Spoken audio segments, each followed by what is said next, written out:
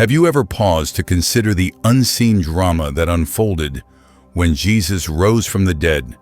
Beyond the rolling stone and the bewildered Roman guards, a cataclysmic event reverberated through the spiritual dimensions, an event of such magnitude that it demanded the presence of heaven's most formidable emissaries.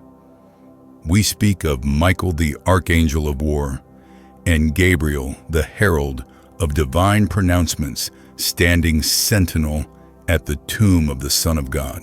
But why them? What did they witness? What roles did they play in this pivotal moment that redefined eternity? The scriptures offer glimpses, tantalizing fragments that hint at a grander narrative. What if we could piece those fragments together, weaving a richer tapestry that reveals the breathtaking, awe-inspiring truth? What if we could comprehend the sheer ferocity and eternal significance of that day, realizing that the resurrection was not merely the revival of a man, but a declaration of war against death itself, a war in which heaven actively engaged? Are you ready to peer through the veil and witness the actions of Michael and Gabriel as the stone yielded? Are you ready to feel the spiritual earthquake that shook creation to its core? Before we embark on this journey of discovery, consider this. If the mysteries of Scripture and the profound narratives woven within the Bible resonate with your soul, I invite you to join our community. Like this story, subscribe to explore these hidden depths together, and click the notification bell so you never miss an unveiling of Bible mysteries. The third day dawns, painting the sky over Jerusalem in hues of pre-dawn darkness. Yet an eerie stillness permeates the air, as if the very earth holds its breath in anticipation. The tomb hewn from rock stands silent, cold, and sealed by a formidable stone. Roman guards clad in armor maintain their vigil, alert but undeniably anxious. Rumors and whispers have reached their ears, unsettling their hardened resolve. While the Pharisees had demanded a robust watch to thwart any potential scheme by Jesus' disciples, the soldiers harbor a deeper unease, a disquiet that transcends earthly threats.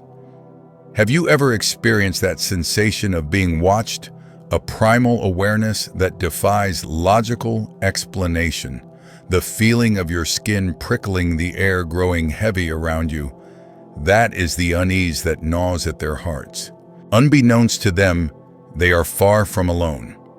Poised high above Michael, the great archangel, the celestial warrior stands unwavering, his gaze fixed intently on the tomb. His sword remains sheathed, yet his presence exudes an undeniable power. Beside him, Gabriel, the messenger of God, hovers with an expression that blends reverence and profound sorrow. His very being radiates the weight of heaven's pronouncements. These two celestial beings, who once stood in the radiant glory before the Almighty's throne, now stand guard over the earthly resting place of a man recently crucified by the world. But this is no ordinary man. This is the Son of God, and this moment of hushed anticipation represents the final breath before the resurrection shatters the course of history. Pause and contemplate this question. Why would heaven dispatch Michael and Gabriel, its most esteemed angels, to oversee a mere tomb? Why not a lesser angel? Why not no angelic presence at all?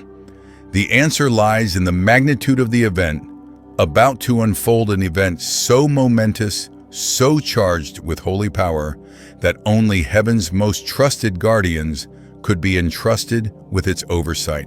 Suddenly, the ground begins to tremble. This is no ordinary seismic event, no mere shifting of tectonic plates. This is a resurrection-level quake, a tremor that pierces the very fabric of existence, causing both the living and the dead to stir. The Roman guards, jolted from their apprehensive state, scrambled to their feet, weapons clutched tightly in their hands. Dust cascades from the ancient rocks. Birds erupt from their roosts in a flurry of panicked wings. Something supernatural is imminent, an event that transcends the grasp of human comprehension.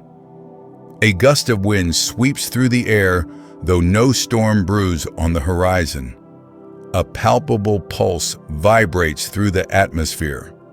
Then, like a bolt of lightning cleaving through the soul of creation, Michael descends not as a fleeting shadow or a hushed whisper, but as heaven's unyielding enforcer. He moves towards the tomb with the incandescent intensity of a flame clothed in flesh. His massive wings, armored and radiating holy fire, are folded behind him. Each step he takes reverberates through the earth like the roll of thunder. The soldiers, though unable to perceive him visually, feel his presence with chilling certainty. It is this unseen power that causes their bodies to tremble, their knees to buckle, and their very souls to recoil in fear. He is not there to engage in combat, not on this occasion. He is there to safeguard the moment that God has anticipated since the dawn of Eden. Then another figure materializes, Gabriel. But this is not the gentle, soft-spoken messenger of the nativity scene. This is the angel of divine pronouncements, and on this day, he brings not tidings of birth, but the proclamation of death's defeat. Have you ever considered that the same angel who whispered in Mary's ear, "You will conceive and give birth to a son," now stands before the tomb, poised to declare, "He is not here, he has risen." This is not merely poetic coincidence. It is heaven's perfect symmetry, a testament to the overarching plan of redemption. As Michael and Gabriel assume their positions, an unprecedented event unfolds, an event witnessed by perhaps only their celestial eyes. The gates of death begin to fracture, not metaphorically or symbolically, but in a tangible, spiritual reality. The veil that separates the realms of life and death begins to tear asunder. Why? Because within that tomb, the seemingly lifeless body of Jesus begins to stir. Pause here and reflect upon the enormity of this moment. What emotions must have surged through Gabriel as he witnessed Jesus' agonizing death, the torture and mockery he endured, knowing that he was on the cusp of rising in unimaginable power. What thoughts raced through Michael's mind? This warrior angel who once cast Satan from heaven, now standing witness to the final decisive blow against the kingdom of darkness. Did the angels weep? Did they smile? Did they tremble in awe? This was not simply a resurrection, it was a reclamation. Jesus was not merely returning to life, he was reclaiming the keys of death and hell, wresting them from the grasp of the enemy. Michael understood that this was not the culmination of the war, but the pivotal turning point that heralded the enemy's ultimate defeat. Gabriel prepared himself to deliver a message that would resonate throughout eternity. Can you imagine the weight of such a task? This was an event of unparalleled significance, and heaven entrusted its most faithful servants to witness, guard, and honor it. Suddenly, a flash of light erupts, originating not from the sun or any earthly source. This is pure, unfiltered glory, born of heaven itself, a light that not only illuminates the space, but transforms it, peeling back the layers of reality to reveal what has been concealed from human eyes since the beginning of time. This light does not follow the resurrection. It is a direct consequence of it. Inside the tomb, Jesus opens his eyes not slowly or groggily, but with unwavering purpose and boundless power. He does not stumble out of death. He rises through it, defying its constraints. He requires no assistance. No angel lends a hand. The same Spirit that hovered over the waters in Genesis, the same breath that breathed life into Adam, the same word that called the stars into existence now reanimates the body of the crucified Son. At that moment, the tomb can no longer contain him. Outside, Gabriel descends not gently, but with an undeniable force. Matthew 28:2 states, "There was a violent earthquake, for an angel of the Lord came down from heaven, and going to the tomb, rolled back the stone and sat on it." That angel was Gabriel. The same voice that once whispered peace into the ears of terrified shepherds now unleashes an earthquake with his touch upon the stone. He does not struggle to roll it away. He does not even exert himself. He touches it and it yields, because no stone, no seal, no Roman Empire, and no demonic power can thwart the divine will of God. And then he sits upon it. Why does this seemingly small detail matter? In ancient times, when a king's messenger sat upon a conquered territory or a sealed space, it signified authority and dominion. Gabriel was not merely opening the tomb, he was making a profound declaration. He was proclaiming that the one who had been confined within was no longer subject to its power. Death held no claim. The enemy possessed no hold. The king had risen in victory. What of Michael? Michael did not move the stone. Michael stood guard not over the tomb itself, but over the very gates of hell. While Gabriel rolled back the stone in the earthly realm, Michael stood ready in the spiritual realm, his sword drawn, preventing any demonic force from interfering. He understood that this moment was not only sacred, but strategically crucial. Every power of darkness would have converged upon that tomb if given the opportunity, but they were denied entry because Michael stood as a bulwark against their intrusion. The same Michael who had once battled Lucifer now stood between Satan and the empty tomb. When Jesus emerged, it was not in stealth or secrecy. He walked forth in radiant glory. Michael stood as his rearguard. Gabriel proclaimed his triumph. The stone once sealed in fear now served as a throne beneath an angel's feet. Let us return to the scene. The tomb stands open, bathed in celestial light. Heaven has intervened, but the earth still trembles in the aftermath. The Roman guards are utterly undone. Matthew 28:4 recounts, "The guards were so afraid of him that they shook and became like dead men." Did you grasp the significance of that statement? They did not merely faint from exhaustion. They did not flee in terror. They were paralyzed, emotionally, spiritually, and physically. They stood before Gabriel and collapsed as if lifeless. The irony is palpable. They had been stationed there to guard a dead man, but now they lay prostrate like corpses while Jesus lived.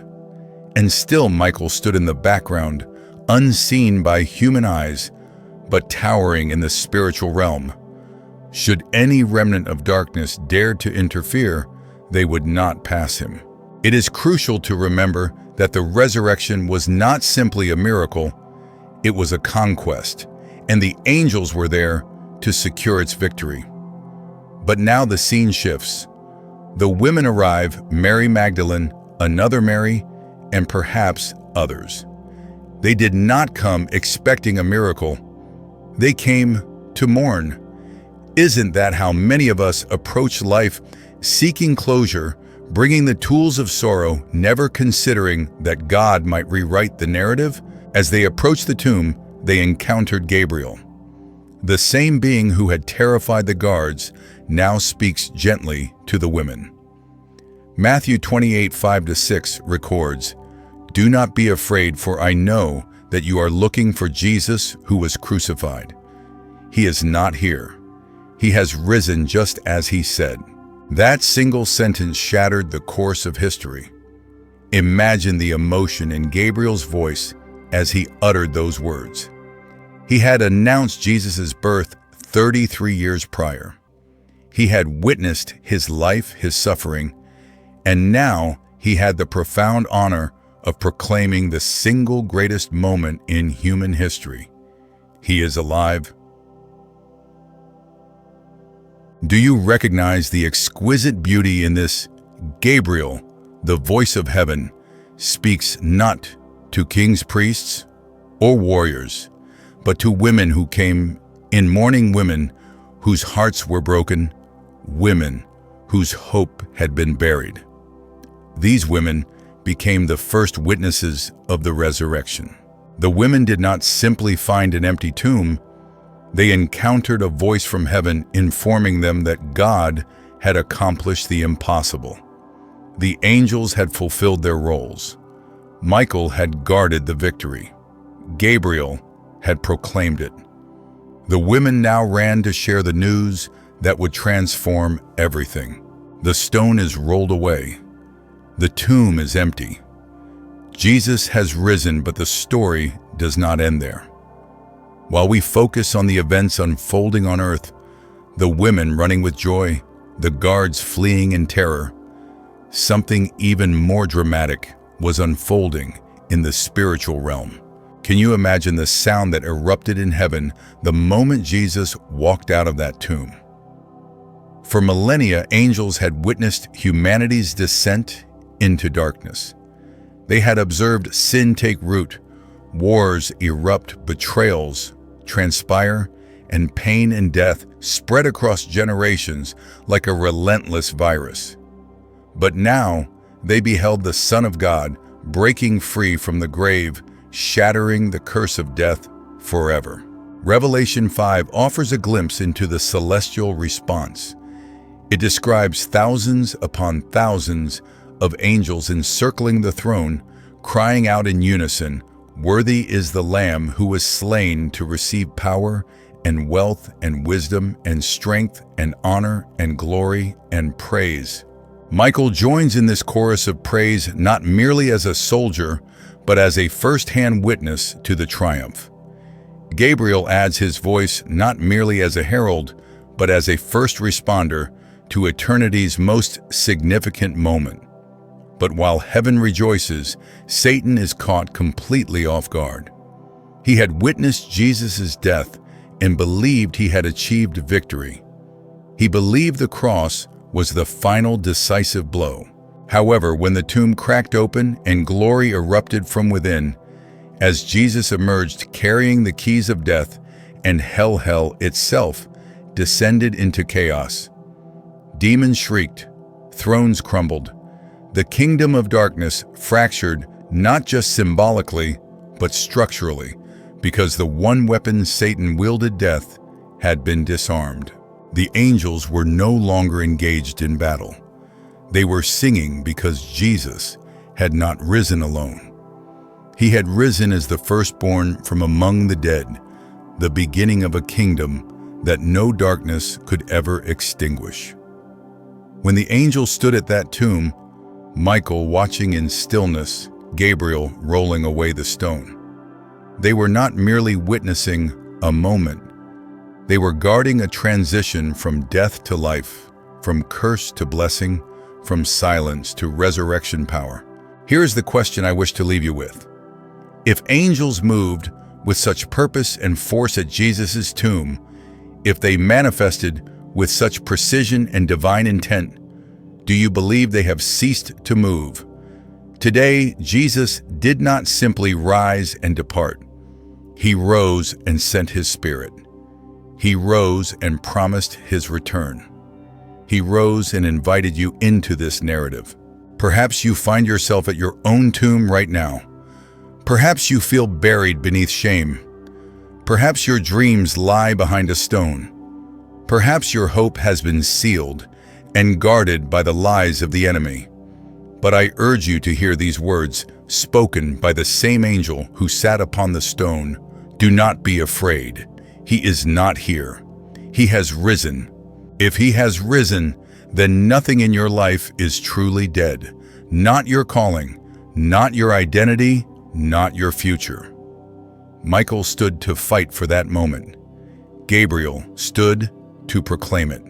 The women stood to spread the news. Now you stand in their footsteps. Ask yourself, what will I do with the empty tomb? Will I fear it, or will I run towards it and believe that the same resurrection power that raised Christ from the dead still lives, moves and breathes today? It does, and perhaps, just perhaps, angels are still standing guard around your breakthrough, waiting for the moment when the stone rolls back and you finally step into the fullness of your destiny. So now, let us remain in this electrifying silence, this suspended moment after the stone has been rolled away, after light erupted from within the tomb, after earth and heaven collided in an event beyond mortal comprehension. Because what unfolded next was not simply a miracle recorded on parchment. It was the most decisive turning point in the war that began before time. Heaven did not watch passively from afar. It descended with full authority. Michael stood as the immovable sentinel of divine warfare, and Gabriel took his place as the voice of eternity. And in that sacred convergence, every realm felt the shock of resurrection power tearing through the universe like a storm of holy fire. Imagine the first sound in eternity when Christ's lungs filled with breath again, the breath that once spoke stars into existence. It was not a gentle sigh. It was the explosion of glory, obliterating the dominion of death. Hell convulsed in agony. Chains forged through millennia shattered like fragile glass. Thrones built on deception collapsed under the weight of truth. The keys of death that had been gripped by darkness were ripped free by the one who now stood in light impossible to behold. Picture Satan in the depths of the abyss, watching the tomb ignite like a sun splitting open the night. He had believed the cross was his triumph. He had believed that silence would reign forever. But the moment Jesus rose, that illusion was obliterated. Hell discovered terror for the first time. Meanwhile, heaven thundered. Revelation 5 unfolded in cascading waves as angels encircled the throne, shouting the anthem creation was made to echo. Worthy is the Lamb who was slain. Michael lifted his sword not to strike, but to salute the King returning from victory. Gabriel's voice joined the roar, not with gentle tidings, but with the proclamation that shattered eternity, he lives. And yet, while the spiritual realm roared, the world remained deceptively quiet. The guards lay collapsed on the ground, paralyzed by holiness bodies trembling as if death itself had seized them. Men trained for war reduced to silent statues because they had stood at the threshold of glory. They had been tasked with guarding a corpse, yet now lay motionless before the living King. Then came the sound of footsteps on dust, the footsteps of the women who came not to celebrate, but to grieve. They carried spices of burial, not songs of victory. They expected closure, not resurrection. And there, standing before them, was Gabriel. The same being whose presence rendered soldiers senseless, now spoke with the gentleness of heaven's love. Do not be afraid. I know who you seek. Jesus is not here. He has risen. Those words cracked history open. Those words transformed mourning into mission. Those words turned the tomb from a burial chamber into the doorway of eternity. Gabriel sat upon the stone, the throne of conquered death, as a declaration that no seal of Rome, no empire of man, no scheme of hell could imprison God. Michael stood unseen, but not unfelt, guarding the victory purchased in blood. If a single demon had dared approach, heaven itself would have descended in flame. The war was not finished, but the outcome was sealed. And Jesus walked forth, not stumbling, not limping, not wounded, but radiant, triumphant, unstoppable. He did not emerge as a survivor. He emerged as a conqueror. He did not escape death. He annihilated it. The stone was not moved to let him out. It was moved so the world could witness that nothing could hold him. And now, the silence breaks. Heaven sings. Earth trembles. Hell collapses. And you, standing at the doorway of your own tomb, must decide what this resurrection means for you. Because if he lives, then nothing that binds you is final. No grave is permanent. No darkness is absolute. Stones still roll away. Angels still stand watch. And resurrection still comes for those who dared to believe. So as we've explored together, the resurrection wasn't just a quiet miracle, but a powerful, heaven-orchestrated victory over death itself. Angels like Michael and Gabriel weren't just bystanders. They were key players in securing and proclaiming this life-altering moment. And the amazing thing is, that same resurrection power is still at work today, ready to roll away the stones in our own lives. We'd love to hear your thoughts on this. What resonated with you the most about the angel's role in the resurrection? Do you have any questions about what we discussed, or perhaps a personal experience you'd like to share? Please leave a comment below. Let's keep the conversation going. And if you found this exploration of the Bible's hidden depths inspiring, we invite you to subscribe to our channel. That way, you won't miss out on future videos as we continue to unpack these incredible stories and discover the transformative truths they hold. Thanks for joining us.